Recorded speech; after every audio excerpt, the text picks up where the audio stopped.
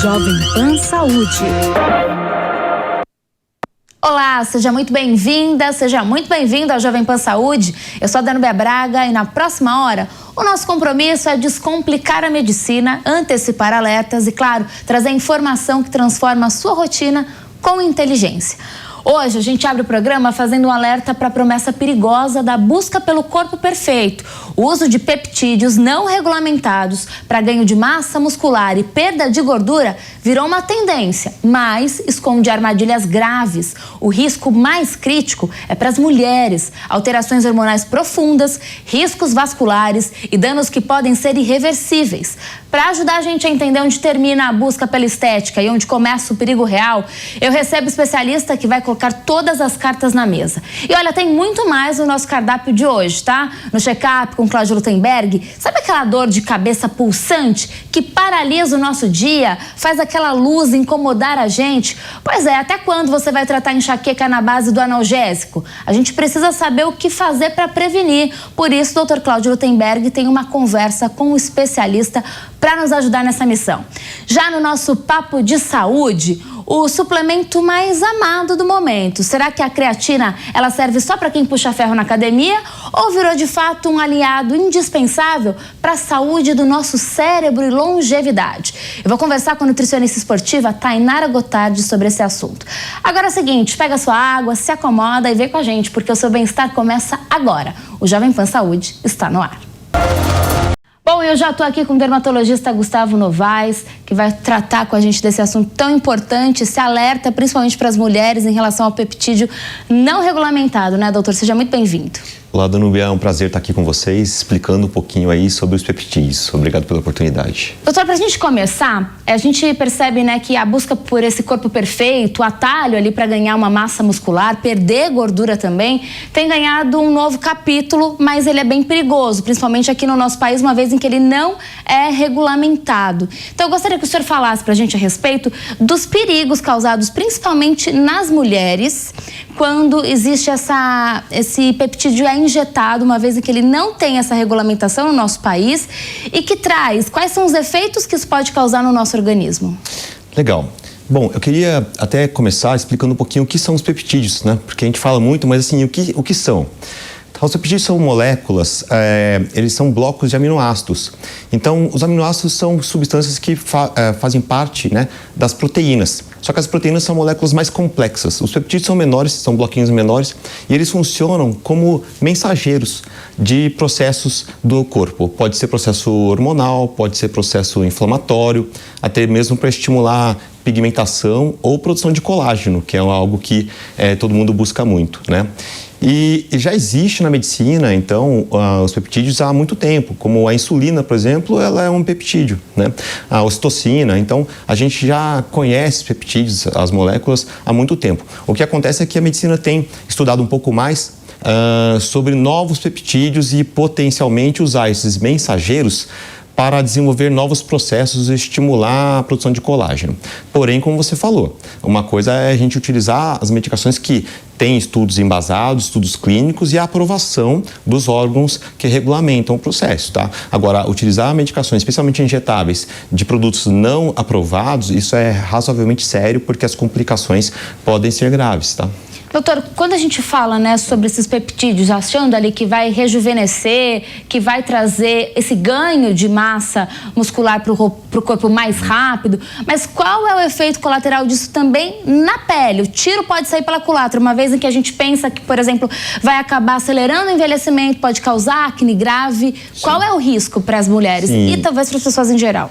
Perfeito. Então, essas medicações, elas não têm estudos que embasem, né, que forneçam tanto eficácia quanto segurança. Então, qualquer produto, qualquer nova medicação que um laboratório esteja estudando, ela tem que validar, primeiro, que ela é segura, né? Que não vai causar efeitos colaterais graves. E segundo, que ela funcione também, porque senão não adianta, tá? E aí, alguns peptídeos, eles podem ter efeitos colaterais como ações hormonais.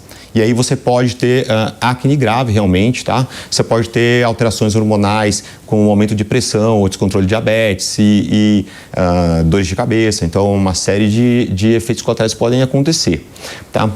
vou dar um exemplo aqui na área da dermatologia, né? Tem um peptídeo injetável que tem muita gente usando aí, que é o Melaton 2, tá?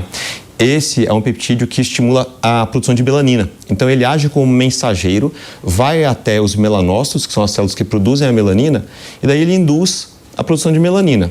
Tá, Danúbia? Agora, pensa que isso é interessante porque é vendido, tá, para as pessoas como um bronzeamento natural. Então, você vai tomar uma injeção, por exemplo, e aí até melhora a libido, em alguns pacientes relatam isso também, e você fica com um bronzeamento natural sem precisar tomar sol. Então é vendido como algo que não faz mal, tá? Porém, a gente ainda não sabe os riscos dessa medicação. Ela não é liberada, não tem estudos clínicos adequados comprovando a segurança, tá? E existe uma suspeita de que eventualmente ela pode até causar um câncer de pele, que é o melanoma, que é o câncer que vem justamente das células que causam pigmento. Então, se você está estimulando essas células, será que, de repente, você tiver uma tendência ali a ter um câncer de pele nessas células, essa medicação não pode estimular também? Então, isso é algo sério, né? E precisa ser respondido antes da liberação para uso, tá? Então, é necessário cuidado. Doutor, e numa situação de alguém que tem melasma, falando principalmente disso que o senhor está dizendo, dessa aplicação, também é perigoso? Porque isso vai piorar essa condição da pele? Sim, é notado que essa medicação ela piora todos os tipos de pintas, manchas na pele, então ela tende a escurecer, né? Porque aumenta a produção de melanina. Então, sim, se a pessoa está fazendo um tratamento de melasma, não é adequado, mais um motivo para não usar. Bom, e aí eu queria entender com o senhor, se é verdade, né, que essa busca por esse corpo perfeito e aí usando esses peptídeos paralelos, isso pode causar, por exemplo, uma queda severa de cabelo, uma calvície acelerada em mulheres, por exemplo. Existe alguma coisa em relação a um dano que pode até ser irreversível? Sim, é possível, dependendo da medicação, do efeito colateral dela, tá?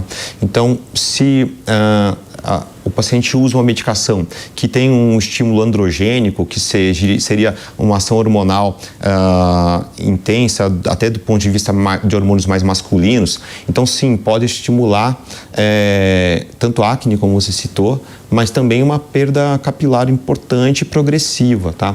Então, sim, existem esses riscos, né? Agora, quando a gente fala, né, de um produto que não foi aprovado pela Anvisa, não tem controle, o senhor já tem visto no consultório alguma reação alérgica ou tem conhecimento já de colegas, né, que já estão pegando alguns casos que mostram que tem a ver com essas injeções de peptídeos não regulamentados? Legal. Até é interessante a gente discutir algumas questões. O peptídeo pode ser usado tanto do ponto de vista sistêmico, né, que seria injetável, que o pessoal realmente tem aplicado até mesmo sem a regulamentação, e pode ser utilizado também via tópica. E isso está acontecendo muito, tá? E também sem a devida eficácia, tá? Comprovada, digamos, tá? A via tópica seria uso em cremes, então se vende muito hoje em dia através de marketing, então creme é entidade com peptídeo, tá? Então, assim, muitas vezes está pagando mais caro por um creme que tem uma substância adicional e não tem uma comprovação, uma evidência científica de que aquela substância está trazendo benefício. Tá? Agora, risco, claro, do uso tópico em forma de cremes, até shampoos também, tem shampoos com peptídeo. Qual o benefício disso? Não tem comprovação científica. Porém, claro, o risco para a saúde é menor do ponto de vista tópico. Porém, existe. Então, você perguntou de alergia. Eu tenho visto um consultório, às vezes, pacientes começam a usar um creme novo, como esses, por exemplo, e começam a ter uma dermatite de contato, ou seja, uma alergia no rosto, o rosto todo vermelho, com ardência, porque teve uma alergia ao novo creme. Então, será que a substância nova, que ainda não tem os estudos adequados para ser utilizada, não está causando essa irritação, né? Então, esse tipo de situação. E aí sim, os injetáveis, eles podem causar reações mais graves, tá? Então, desde a reação anafilática até a urticária persistente. Então, sim, isso pode acontecer. Era até a minha próxima pergunta, né? Porque tem uma confusão enorme ali na internet entre os peptídeos que são usados nesses cremes de skincare, que teoricamente algumas empresas, uma vez em que ele está no creme, de forma tópica, tem algum benefício, mas, e aí na contrapartida, esse que injetável que não é regulamentado. E muito se fala sobre um novo peptídeo, assim, tudo que a gente procura sobre skincare fala do GHKCU, né? Exato. Que ele já é um peptídeo fabricado pelo nosso corpo. Eu gostaria que o senhor falasse a respeito disso. E também depois, na sequência, já fizesse pra gente uma explicação sobre o tal do PDRN, que também tá muito famoso e as pessoas acabam confundindo peptídeo com PDRN, que são coisas distintas. São coisas separadas. Agora sim, o GHK é um peptídeo, tá? E ele é utilizado com uma razoável segurança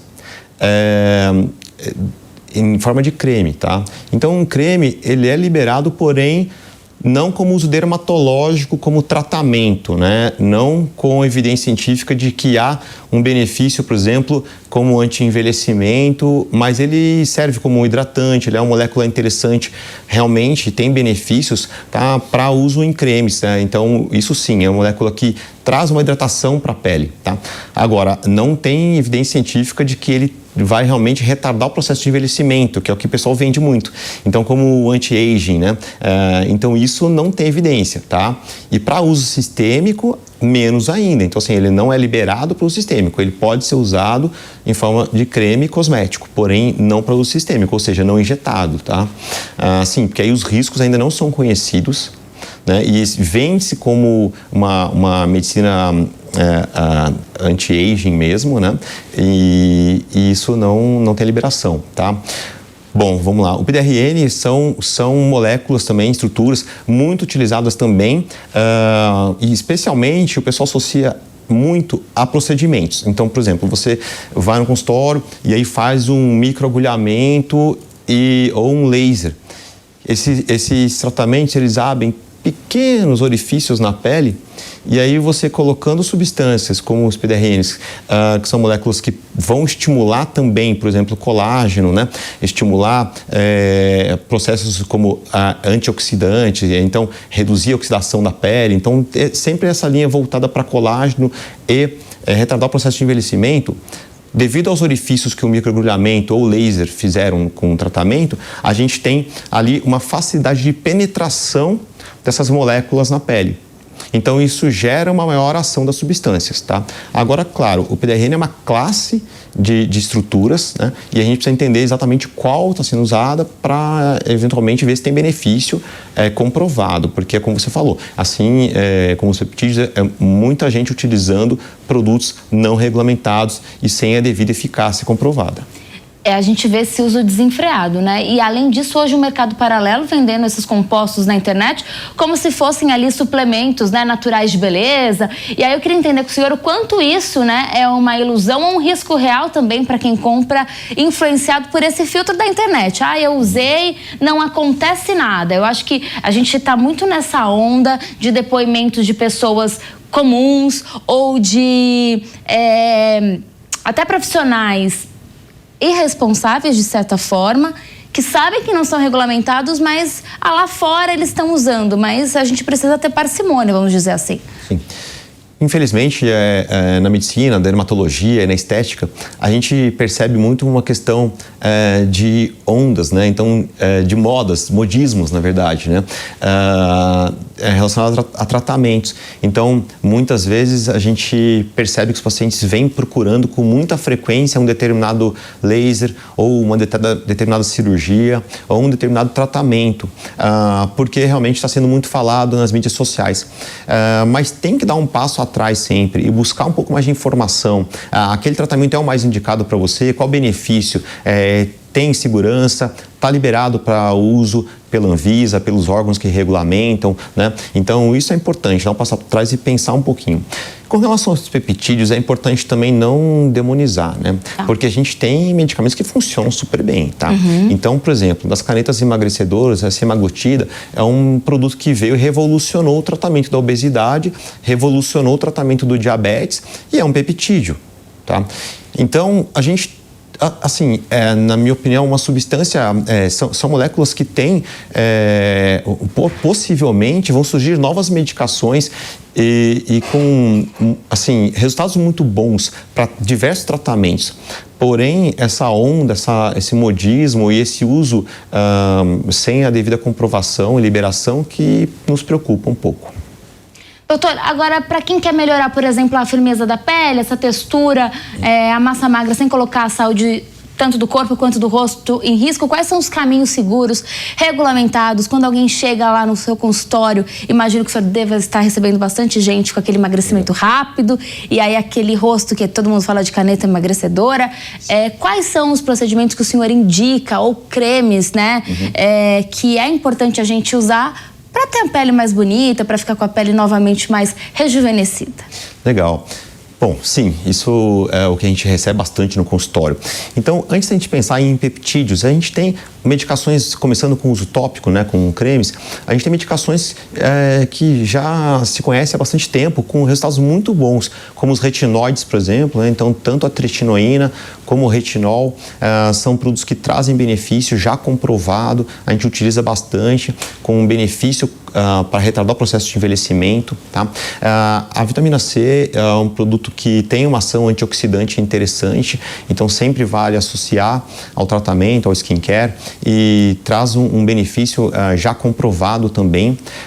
E em primeiro lugar, antes de qualquer outra coisa, o que vai realmente prevenir e retardar o processo de envelhecimento, prevenir manchas, é o filtro solar. Então, assim, antes de qualquer coisa, se puder indicar um produto, só vou usar um produto, então o protetor solar seria o primeiro, tá? Agora, falando sobre procedimentos, então, é óbvio que os cremes, eles têm uma limitação, né? Às vezes o paciente emagreceu, perdeu peso, fez o tratamento com as canetas, e aí realmente a flacidez acaba ficando mais evidente, porque você perde um pouquinho a gordura que dá uma certa estrutura para a pele, né? Então, as mulheres procuram bastante, mas a gente tem visto cada vez mais os homens também procurando para ter um pouco de ajuda com a firmeza do rosto e do corpo. A gente tem algumas opções, então os bioestimuladores de colágeno são produtos injetáveis que atuam de forma bem interessante e comprovada e segura para estimular o colágeno na pele. A gente tem algumas opções de laser também, com efeitos muito interessantes, e ultrassom microfocado, que é mais recente, é uma tecnologia que agrega muito também para estímulo de colágeno, tá? Então, a gente tem uma gama aí de tratamentos que podem ser associados, mas é claro, o ideal é que você passe num profissional qualificado, um dermatologista, para fazer uma análise antes, para saber qual que é o tratamento mais indicado para você. Porque mesmo que às vezes você avaliando, você pode ter uma ideia, mas nada como opinião do profissional para indicar o melhor tratamento para o seu caso. Doutora, ainda falando sobre pele, aí pele em geral, né, do corpo, não somente no rosto, mas quando existe o ganho de massa muito rápido, essa oscilação, a gente fala muito sobre também a questão das estrias que surgem no corpo. Hoje, qual seria o tratamento mais eficaz que a gente tem no mercado, que você pudesse dar uma dica pra gente? Porque a gente sabe que até existem alguns cremes, mas talvez não tenham uma eficácia tão grande. O mercado dermatológico evoluiu nesse sentido e hoje a gente tem algo mais eficaz em relação às estrias também? As estrias, elas ocorrem por ruptura de fibras da pele quando você tem uma distensão, né? Então, no caso da gravidez ou, de repente, as crianças adolescentes, quando tem aquele estirão de crescimento, né? Ou quando a pessoa, de repente, ganha peso por algum motivo um pouco mais rápido. Às vezes o corpo, ele aumenta de tamanho e a pele não consegue acompanhar. Então, você tem ruptura de estruturas e isso gera as estrias, tá? Para prevenção, obviamente, quanto menos oscilação, melhor. Então, aqueles pacientes que fazem, de repente, muita musculação e aí ganham massa mais rápido, pode ter estrias também. O ideal seria a gente ter essa progressão de uma forma um pouco mais lenta para que a pele possa se adaptar. Agora, claro, manter a pele hidratada, usar hidratantes dermatológicos, alguns produtos podem reduzir esse risco.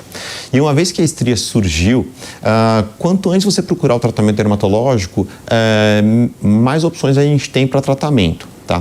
Então, a estria, quando ela está naquela fase bem vermelha, meio arroxeada até, é uma fase que a gente consegue ajudar mais. Tá? Então, a gente pode usar diversos tratamentos, como alguns lasers podem ser utilizados para as estrias, ácidos como peelings e também a Subcision, que é um estímulo com umas agulhinhas que a gente usa embaixo da estria para estimular também a melhora dela, né? A melhora do nível dela. Então, ela vai ficando mais clara, vai reduzindo um pouco a largura, tá? E isso, mas como qualquer tratamento, assim, para estria realmente leva um pouco de tempo. Agora, uma pergunta que às vezes pode ser um pouco polêmica, né? Porque a gente percebe o mercado dermatológico da beleza falando muito sobre isso. Aqueles aparelhinhos que tá na moda para usar, que ele traz mais eficácia nos cremes, nos cosméticos. Na avaliação do senhor, isso funciona? Isso não funciona? É importante você fazer um passo a passo de um skincare com um bom profissional do que investir, porque não é uma tecnologia barata, claro, e que talvez não vai trazer resultado. Perfeito. Então, tem se vendido muito a ideia de que você precisa abrir poros na pele e abrir canais na pele para que os produtos penetrem mais, tá? Tem que ter muito cuidado com isso, porque a pele ela tem uma barreira, que chama de barreira cutânea, que na verdade tem uma função de proteção. Né? Saiu uma trend também recentemente de pessoas que esfregavam escova de dente no rosto para deixar a pele mais lisinha, dizendo que ia ficar com a pele igual a das coreanas, então esfregavam a escova. O que isso causa, na verdade, né, é uma perda da barreira cutânea. Então esses aparelhos que podem também fragilizar a barreira cutânea vão aumentar riscos de dermatite, aumenta risco de alergia, de irritação, eczemas. São processos que podem causar manchas, deixar a pele vermelha, irritada e desenvolver até alergia mesmo aos produtos que você está usando, porque esses produtos estão penetrando até uma profundidade da pele que não deveriam penetrar. Tá? Então, não, a gente não recomenda, tá, que isso seja utilizado. Agora, para a gente encerrar, eu gostaria que o senhor deixasse um recado para a nossa audiência, para as mulheres que nos acompanham, principalmente porque a gente sabe que tem esse cuidado, né? E às vezes a gente fica muito focado ali nas redes sociais. Não vale a pena arriscar a saúde da nossa pele, a nossa saúde, nesses injetáveis sem uma comprovação. Às vezes você precisa realmente procurar um bom profissional, investir então o seu dinheiro nisso, do que usar um produto que pode te trazer uma consequência muito grave.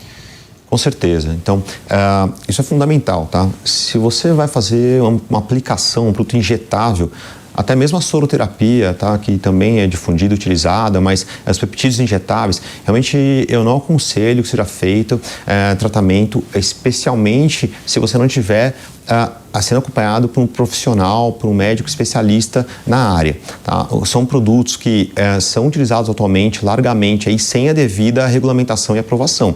E a gente não sabe ainda os riscos que pode haver para a sua saúde. Então procure um profissional de sua confiança para fazer o seu tratamento.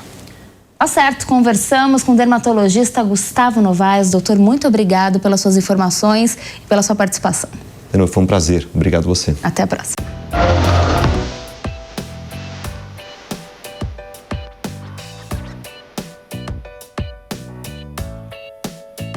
Saí do estúdio e vim aqui no Jardim Paulista, em São Paulo, para conhecer um espaço que promete transformar saúde e bem-estar através do movimento. É o Anakaan Dança e Música.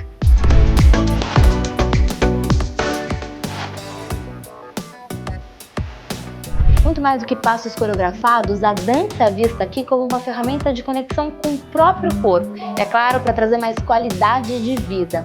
Uma das fundadoras do espaço, Elô Gouveia, criou um método super inclusivo, o Walk Dance. É algo que eu vou fazer agora, inclusive eu já estou atrasada, sim.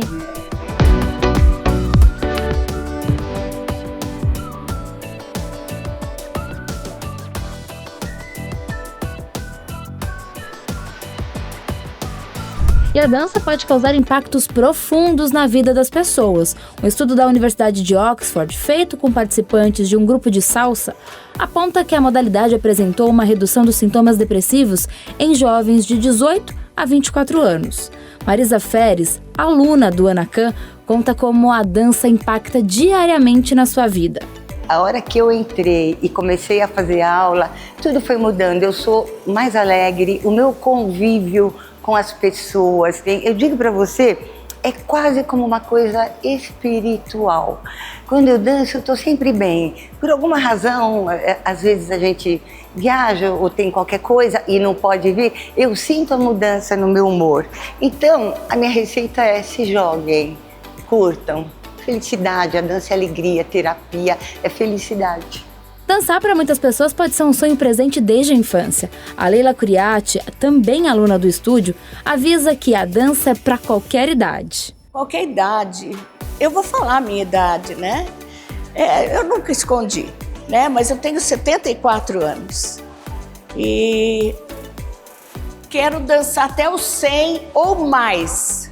O walk dance é capaz de conectar pessoas, energias e trazer mais leveza para a vida, como comenta a Silvia Barini, aluna do Anacan.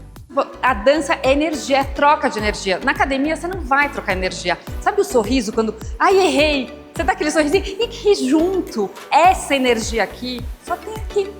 Então é muito bom. E dançar eleva a alma. É pro corpo, é pra alma. A gente canta, a gente dança junto. É muito bom. Elô, conta pra mim de onde vem essa ideia do walk dance? Porque as meninas são completamente apaixonadas por uma criação tua, por algo que você desenvolveu e mostrando pra gente o quanto o walk dance transformou a vida delas. Uma época da minha vida, a minha dança era muito complicada. Muito complicada.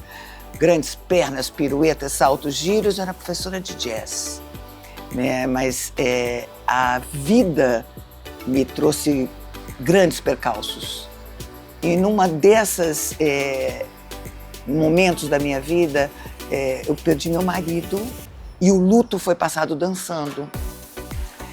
E eu não poderia, de maneira alguma, deixar de transformar a dança numa coisa mais simples, mais palatável, mais acessível, mais lógica, menos arte e mais manifestação. A nossa audiência que está assistindo muitas vezes pode estar pensando, puxa, mas eu não tenho tempo, mas eu nunca dancei, eu sou muito dura, eu sou muito travada. Problema meu. Problema meu. Você que vai resolver. Eu que vou resolver. Tenho 2 pés esquerdos, problema meu. Não tenho ritmo, problema meu. O que eu faço é alfabetizar esse corpo. Eu sou facilitadora do movimento. Eu costumo dizer que eu nem sou mais professora de dança, eu sou facilitadora do movimento. Agora, você tem que se deixar conduzir. Você tem que, por um momento, sair do comando, se entregar para mim ou para o professor que está no comando. Se deixar levar um pouco. E errar, que delícia que é errar. Porque o acerto depois tem outro sabor. A gente se leva às vezes muito a sério. Muito a sério. E a dança talvez tenha essa magia de você errar o passo e rir de si mesmo. E flexibilizar, e vou tentar de novo, e vou entender de novo. Elô, pra gente fechar, eu queria que você contasse qual é o teu sentimento quando você olha para tuas alunas, vê a transformação, vê elas se jogando muito mais feliz. O que passa aí dentro de você? E que a minha missão está sendo cumprida. Minha missão está sendo cumprida. Eu vejo os primeiros dias como elas chegam aqui com o ombrinho caído e depois elas vão ficando numa insinuância, numa audácia, que às vezes eu tenho que falar, menos, gente, pelo amor de Deus, estou criando meus próprios monstros. Mas eu gosto delas assim. Eu gosto que elas não se anulem, eu gosto que elas tenham opinião, que elas não sejam omissas, omissão em tudo. Você não dá sua opinião, você não sei... Os outros já existem, só falta você. Então eu não quero o nariz de fulano, eu não quero uma boca desse tamanho igual a ciclano, não quero nada. Eu quero envelhecer com dignidade. E eu quero que elas... E eu quero com autenticidade. Autenticidade, eu acho que autenticidade é uma coisa que as pessoas têm que ter. E elas têm que ser autênticas. A nossa graça está aí. A nossa graça está aí. Nós somos seres singulares, singulares. Não vamos imitar ninguém, né? Vamos ser a gente. Lógico, tem horas que você tem que pensar 2 vezes antes de falar. Para mim é uma dificuldade.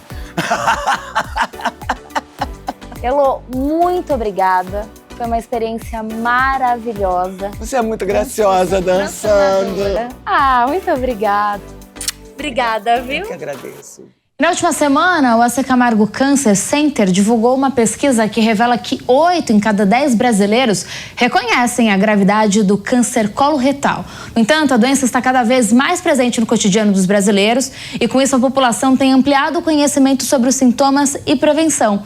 Além disso, há a possibilidade de tratamento. Inclusive, nesse ano, completa 1 ano da morte da atriz e cantora Preta Gil, que lutou duramente durante 2 anos contra a doença. O cirurgião do aparelho digestivo e também coloproctologista Rodrigo Barbosa explica então a relação entre o câncer coloretal e a realidade da sociedade brasileira.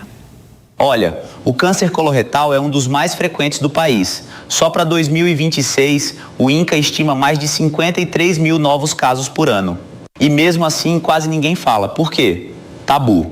As pessoas têm vergonha de falar de intestino, de fezes, de sangue no vaso. E esse silêncio atrasa o diagnóstico. E segundo os dados da pesquisa, somente em fevereiro desse ano, para a gente ter uma ideia, foram estimados mais de 53 mil novos casos de câncer coloretal, tornando então o segundo tumor com maior incidência aqui no país. O Dr. Rodrigo Barbosa, ele alerta sobre os impactos do comportamento da população nessa doença. Só que reconhecer é uma coisa, agir é outra. Na mesma pesquisa, 40% de quem viu sangue não procurou médico na hora. Dr. Rodrigo também revela quais são os sintomas que precisam de atenção e qual é o problema da automedicação. E presta atenção nisso. Esses sinais, às vezes, aparecem mais tarde. No começo, o tumor pode ser silencioso, por isso a gente não espera o sintoma. E tem sinais que a pessoa jura que é só um desconforto. O intestino que muda do nada, prende ou solta, fezes mais finas. Aquela sensação de não esvaziar direito, cansaço, anemia, perda de peso sem explicação. Parece bobagem, nem sempre é. É um erro clássico, a automedicação. A pessoa toma laxante, passa uma pomada por conta própria, o sintoma some por uns dias e ela relaxa. Só que o problema continua ali, escondido. E o tempo, nesse caso, joga contra. E olha, com o avanço tecnológico agora, os especialistas conseguem então ter uma precisão maior nos diagnósticos, nos tratamentos e nas cirurgias também.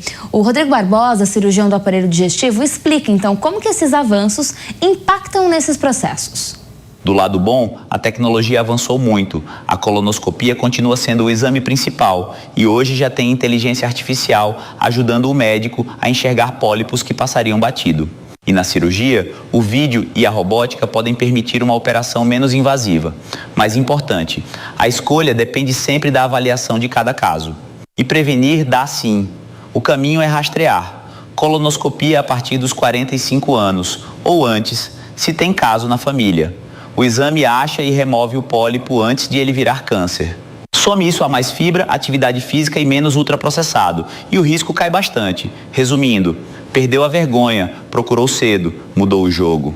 Só quem vive com enxaqueca sabe que ela não avisa, né? Quando vem, paralisa o nosso dia, faz qualquer claridade incomodar e transforma a nossa rotina num verdadeiro pesadelo. Bom, se você acha que a única saída é viver na base de analgésico, torcer para essa crise passar, no nosso quadro Check-up com Cláudio Lutemberg, hoje vai te provar justamente o contrário. A medicina evoluiu e os novos tratamentos mostram que é possível, sim, voltar a ter qualidade de vida e, principalmente, prevenir as dores antes mesmo delas começarem. Para a gente desvendar os gatilhos invisíveis e também trazer as soluções mais modernas contra essa vilã, o Dr. Cláudio Lutemberg conversa com o neurologista Dr. Rodrigo Massaúde. Confira.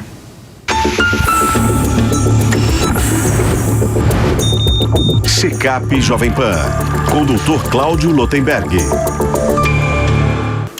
Enxaqueca, um tema que vem e volta dentro do contexto da atividade médica e fora da atividade médica. Portanto, algo para a gente poder discutir aqui no nosso check-up. E para falar sobre isso, check-up recebe o Dr. Rodrigo Massaúde. Ele que é mestre em Ciências da Saúde pelo Hospital Israelita Albert Einstein e neurologista. Seja muito bem-vindo, Rodrigo. Eu que agradeço, Dr. Cláudio Lutemberg, e agradeço também a Jovem Pan por essa oportunidade. Me diga uma coisa, o que é a enxaqueca? É apenas uma dor de cabeça ou é algo mais complexo, olhando sob o ponto de vista neurológico? Então, em relação à enxaqueca, recentemente, né, a noção mais atual e científica da enxaqueca é que ela não é uma simples dor de cabeça, e sim uma doença neurológica. Uma doença neurológica crônica com um perfil de uma predisposição genética muito importante. Essa predisposição genética causa alterações neuroquímicas no cérebro e essas alterações neuroquímicas causam inflamação em várias áreas do córtex que levam a não só a dor de cabeça, como alterações cerebrais em áreas da emoção, em áreas de memória, do comportamento. Então, ela é uma doença, essa é a visão mais atual da enxaqueca, de uma doença mais complexa, que não uma simples dor de cabeça. E como é que você, então, reconhece a dor de cabeça da enxaqueca? A dor de cabeça é uma dor sem esses outros sinais e a enxaqueca tem os sinais, ou essa é uma forma muito simplística de ver? Então, para começar, nós temos uma classificação internacional de dores de cabeça, ou cefaleias, que são usadas no mundo inteiro. Essa dor de cabeça, essa classificação é internacional porque ela é usada no mundo inteiro e divide as dores de cabeça em dois grandes grupos, as dores de cabeça primárias e as dores de cabeça secundárias. As dores de cabeça primárias, geralmente, elas têm um componente genético que altera a neuroquímica, que começa geralmente jovem, e essas dores de cabeça, na grande parte das vezes, você não faz o diagnóstico com exames, como uma ressonância, uma tomografia. O diagnóstico dessas dores é um diagnóstico geralmente clínico, baseado nos critérios dessa classificação internacional. Já as dores de cabeça secundárias seriam dores de cabeça que algumas podem ameaçar a vida, como causadas por tumores, por um AVC ou eventualmente uma meningite e entre outras causas, né? Então a gente usa os critérios diagnósticos, o exame clínico, para o diagnóstico da enxaqueca. E o que desencadeia uma crise de enxaqueca? É multifatorial? Você falou da base genética. Existe algum componente imunológico? Como é que você pode aprofundar um pouco esse entendimento? Então, aprofundando esse entendimento, que é a visão mais atual, a enxaqueca ela tem um sistema no cérebro trigêmeo vascular. Esse sistema, o trigêmeo é o nervo que causa toda a sensação de dor na nossa cabeça. Esse trigêmeo, ele libera peptídeos, e hoje a gente sabe que peptídeos são substâncias neuroquímicas, né, que o CGRP é o principal peptídeo, e ele ativa as áreas do cérebro, levando as pessoas com enxaqueca a ficarem muito suscetíveis a estímulos, tanto externos quanto internos. Então, esses estímulos, eles não são a causa, como eu falei, a genética é a causa, mas a pessoa é mais suscetível aos estímulos, como privação de sono, como alguns alimentos, como estresse, jejum prolongado. E os estímulos internos, como alterações hormonais, poderiam levar a um agravamento dessa situação da enxaqueca. É simples definir qual é o fator desencadeante de uma enxaqueca? Não é simples definir esses fatores desencadeantes. A tendência mais atual é que a gente não tenda a privar o paciente de determinados alimentos ou de outros gatilhos, a não ser que ele repare que aquilo consistentemente leve, né? Então, aquela história de a minha enxaqueca é causada pelo chocolate, a minha enxaqueca é causada por determinados alimentos ou pelo estresse, a gente entende que se o paciente identifica algo que sempre causa aquilo, ele deve evitar, mas a gente não orienta se privar, porque entende que hoje é uma doença neurológica, cerebral e que tem uma predisposição genética. E como é feito o diagnóstico de enxaqueca? É só pela anamnese, a história clínica, ou existem testes que você faz, exames subsidiários que te apoiam nesse diagnóstico? Então, seguindo a classificação internacional, nós temos critérios diagnósticos para enxaqueca. A enxaqueca geralmente é uma cefaleia, uma dor de cabeça que ela tende a acometer só um lado da cabeça, ela muda o lado e raras vezes ela acomete os dois lados. Ela é uma dor que geralmente é descrita pelo paciente como uma dor pulsátil, ou seja, lateja igual ao coração. Essa pessoa tende a ter uma sensibilidade maior à luz na hora da crise, ao barulho, ela tende a ter sensibilidade a determinados odores e a dor de cabeça, ela tem uma característica importante que ela piora com o esforço físico em atividades corriqueiras como subir uma escada, carregar peso. Então, esses são os critérios da classificação internacional. E essas crises, em geral, duram de 4 a 72 horas em um episódio de enxaqueca.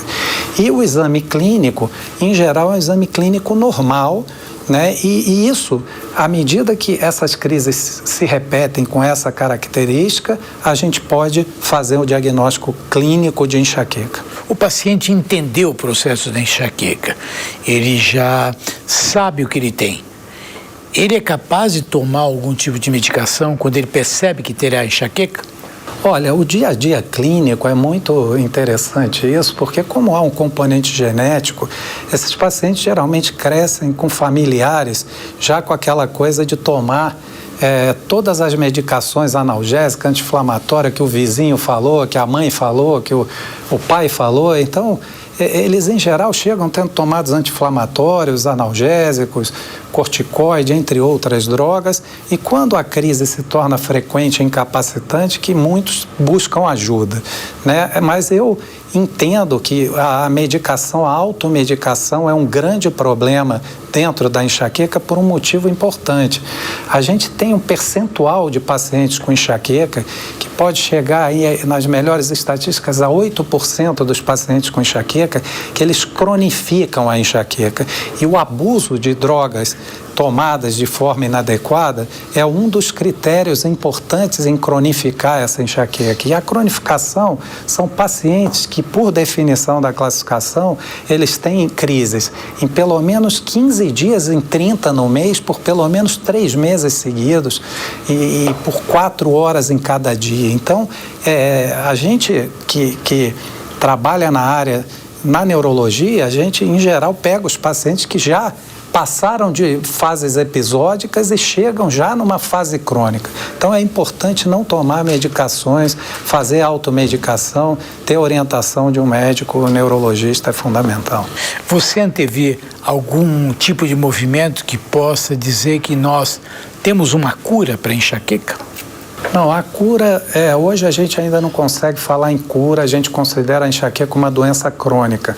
Mas o nosso objetivo é tornar uma cefaleia que pode ser muito incapacitante, e é importante lembrar, inclusive eu ouvi de gestores lá no hospital, no Einstein, que uma das principais causas de absenteísmo no mundo é a enxaqueca. Então a enxaqueca leva pessoas em idade produtiva a perder trabalho, né, por conta das crises. Mas a cura, a gente não espera, mas a gente entende que melhorar a qualidade de vida ou fazer com que o paciente esqueça que aquilo é um problema de saúde, hoje é totalmente factível e a gente entende a doença dessa forma.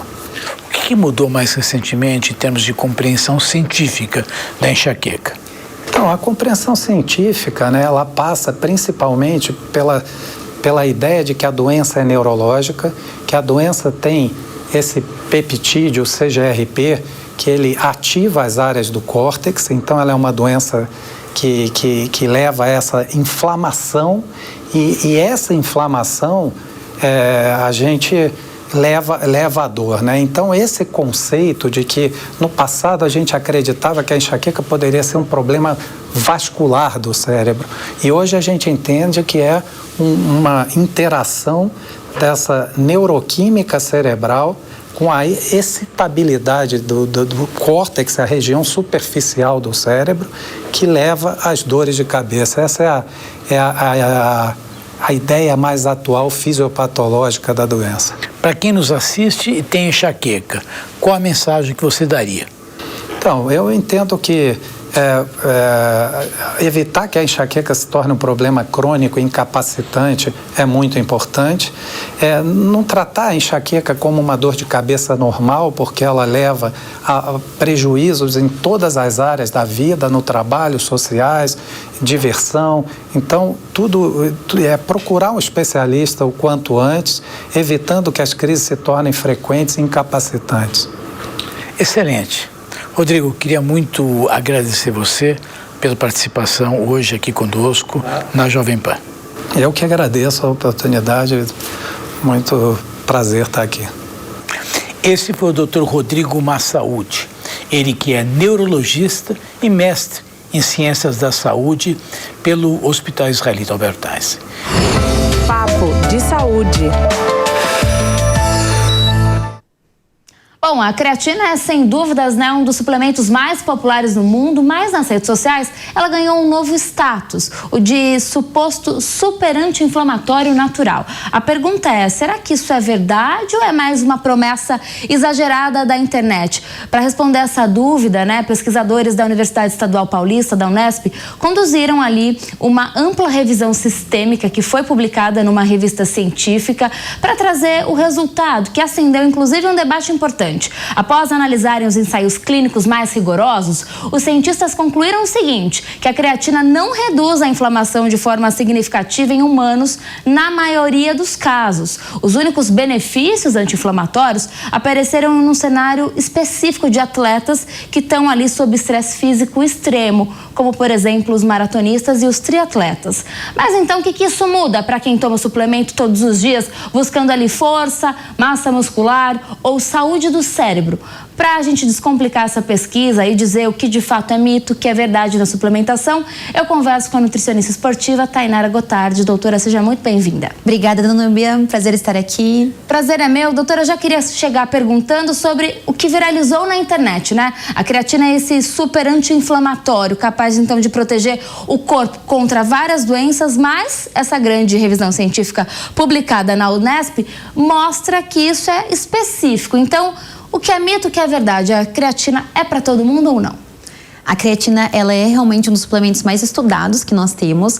Ela é um composto que é derivado de aminoácidos, então, teoricamente, todas as pessoas podem consumir aminoácidos, mas nem sempre ela vai ser o suplemento mais benéfico para todo mundo. Eu gosto sempre de pensar que o suplemento, nós temos que ir com ele na raiz do problema. Então, algumas pessoas, para reduzir a inflamação, elas vão primeiro precisar de outros suplementos, de outros compostos. Algumas pessoas, para ter mais força, por exemplo, que é um dos benefícios da creatina, vão precisar primeiro corrigir uma deficiência de vitaminas, corrigir uma anemia. Então, ela é um suplemento que é para a grande maioria das pessoas, que vai trazer benefícios para a maioria das pessoas, mas nós temos a hora certa e a dose certa de utilizar ele.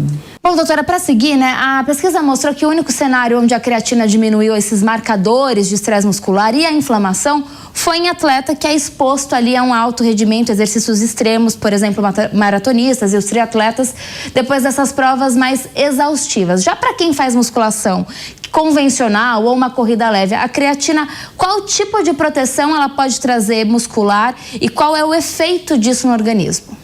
Dando um beijo, a gente pode dizer que a creatina tem inúmeros benefícios, não só para praticantes de musculação. Então, a creatina, ela é estocada no nosso músculo e, principalmente, ela puxa água intramuscular para o músculo. Então, seria água dentro da célula. Ela deixa o nosso ambiente celular dentro do músculo mais hidratado. Então, esse ambiente, mesmo para um atleta, para um praticante de atividade física muito frequente ou que está começando agora a atividade física, ele gera um ambiente que é mais anabólico. Então, você vai ter uma recuperação muscular melhor, uma recuperação muscular mais rápida. O teu músculo com mais creatina, ele vai ter mais força, mais explosão. Você vai conseguir descansar menos entre as séries. Então, nesse sentido, a creatina acaba beneficiando ambos os públicos, tanto quem está começando quanto quem já é praticante há muito tempo. Mas eu sempre gosto de complementar que a creatina, apesar de muito estudada, ela é uma cerejinha do bolo. Então, ela vai em conjunto com o estilo de vida saudável. Então, a creatina não vai dar mais força para você no treino se você não consumir uma boa refeição pré-treino, se você não tomou bastante água durante o dia. Então, posso dizer inúmeros benefícios, mas sempre como complemento de uma ótima rotina.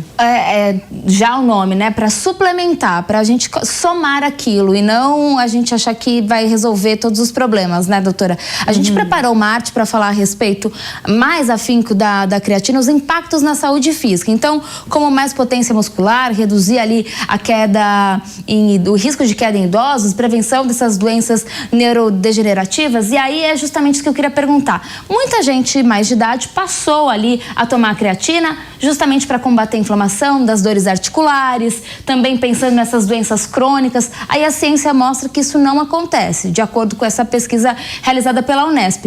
Afinal de contas, ainda vale a pena quem está nos 40, 50 anos tomar a creatina? E aí eu já queria que você falasse, caso seja, né, positiva essa resposta, que sim, qual é o melhor horário? Tem horário indicado? Como que consome a creatina? Porque a gente vê, às vezes, a gente colocando ali a creatina direto na boca, colocando água porque não gosta do sabor.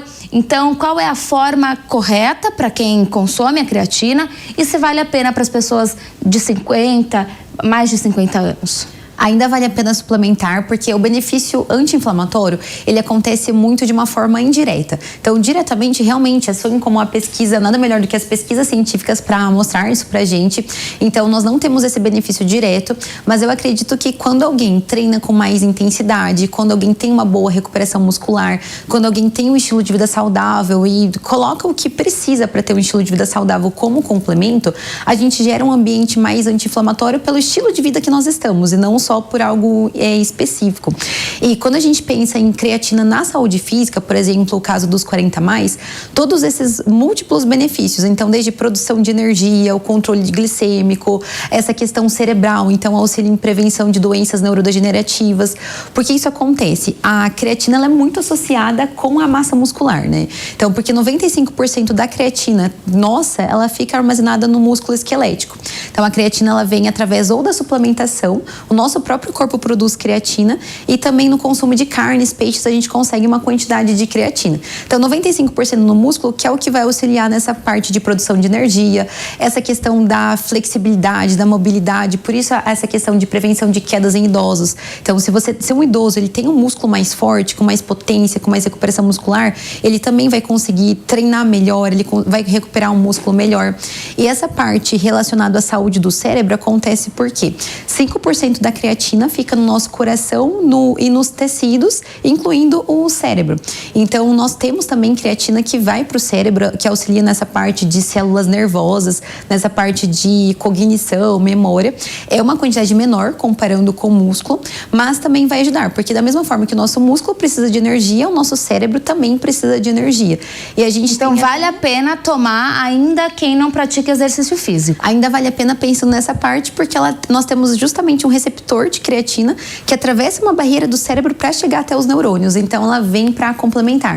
Agora, hoje a ciência também já estuda ela para além da musculação, como você está dizendo, né?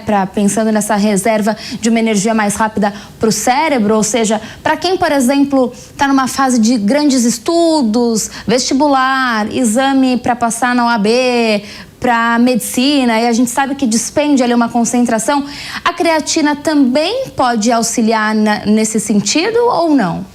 Podemos dizer que ela vai auxiliar na performance cerebral, nessa parte de cognição, mas não de uma forma imediata. Nós temos alguns suplementos que eles auxiliam na cognição de uma maneira aguda. Por exemplo, a cafeína, um suplemento que você tomou, suplementou, na hora você já está em alerta. A creatina, ela tem efeito cumulativo, então ela precisa ser ingerida todos os dias e o efeito dela ocorre em 1 mês, 2 meses após iniciar a suplementação, e ela vai auxiliar no fornecimento de energia para os neurônios, mas de uma maneira crônica. Então, não aquela energia na hora. Algumas pessoas, eu atendo alguns pacientes que eles querem, eu vou fazer uma prova no domingo o dia inteiro. Nós trabalhamos com adaptógenos, que são suplementos que vão fornecer energia para aquele período de prova na hora. Não precisa suplementar todos os dias. A creatina, de forma contínua, ela vai ser um complemento também. Agora, falando para quem justamente faz academia, a gente preparou também uma arte para mostrar sobre a questão, qual é o impacto da creatina para quem faz a musculação. Então, essa melhora a recuperação muscular, prevenção da perda de massa magra, e ela melhora a performance do treino.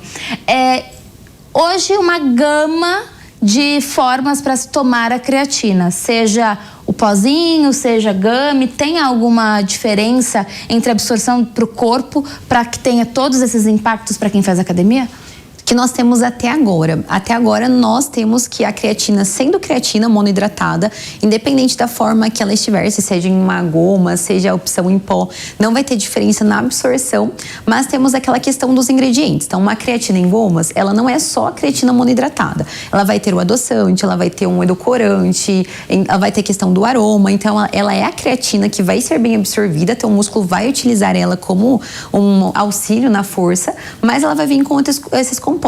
Então, se o paciente ele tem uma sensibilidade aos adoçantes, causam a questão do estufamento, fermentativos, então, dependendo do caso, é muito melhor uma creatina que seria mais pura. Dependendo do caso, até por adesão, também ao mesmo tempo tem muitas pessoas que não se lembram de tomar creatina todos os dias. Esses formatos de gomas, dadinho, às vezes geram muito mais adesão. Você não tem como esquecer de tomar todos os dias. Então, dependendo, um ou outro pode ajudar mais. E está está sendo estudado, mas ainda não temos nada muito conclusivo, essa questão da creatina perder a estabilidade quando ela está no formato de gomas. Mas ainda precisamos de mais estudos para ter uma certeza ou não. Agora, algumas pesquisas também mostram ali, avaliam o impacto da creatina em pessoas sob a privação de sono, por exemplo, ou estresse cognitivo elevado. Então, para quem dormiu mal, acordou cansado, precisa estar com a cabeça mais afiada para trabalhar, a suplementação com a creatina, ela também ajuda a reduzir o que a gente chama de um nevoeiro, aquele estresse mental, aquele cansaço mental. Também ajuda, também faz todo sentido, mas da mesma forma que para concentração, para essa parte de combate à fadiga física e fadiga mental, ela ajuda, mas não de forma imediata. Então você suplementa todos os dias e gradativamente a longo prazo você vai ter esse auxílio no combate da fadiga física e mental. E uma curiosidade também é que pessoas com o nosso próprio corpo, ele produz creatina, mas pessoas que têm um cortisol muito alto, que é o hormônio do estresse, que se dá para pessoas que vivem sob pressão, dormem pouco, têm insônia, têm esse hormônio de estresse naturalmente mais alto, elas vão ter uma dificuldade na produção natural de creatina. Então, seriam 2 motivos para ter a suplementação de creatina nesses casos. Agora, doutora, para a gente encerrar, tem aquela fórmula, né, aquela dose padrão de 3 a 5 gramas por dia, ela é mais conhecida. Isso serve para todo mundo mesmo. Em relação aos benefícios para o cérebro, para a cognição, seria a mesma dosagem.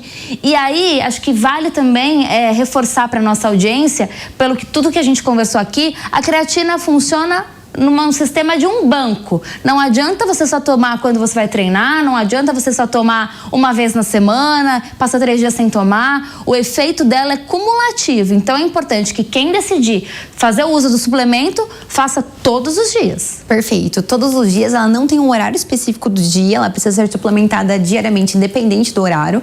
A minha sugestão prática é você de casa ter o mesmo horário pela questão da adesão. Nós criamos muito hábito, né, a rotina no dia a dia. Então, ter o mesmo horário vai te facilitar.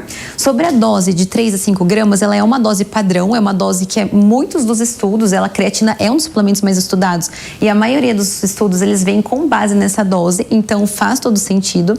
Mas algumas pessoas precisam de uma dose mais alta de início para fazer uma saturação mais rápida e já ter esse efeito imediato. São poucas pessoas, por exemplo, alguém que sofreu um acidente e está perdendo massa muscular, ou alguém que ficou a vida inteira sem creatina e agora precisa de uma dose mais alta para já colher os benefícios, pensando em uma prevenção de uma doença neurodegenerativa.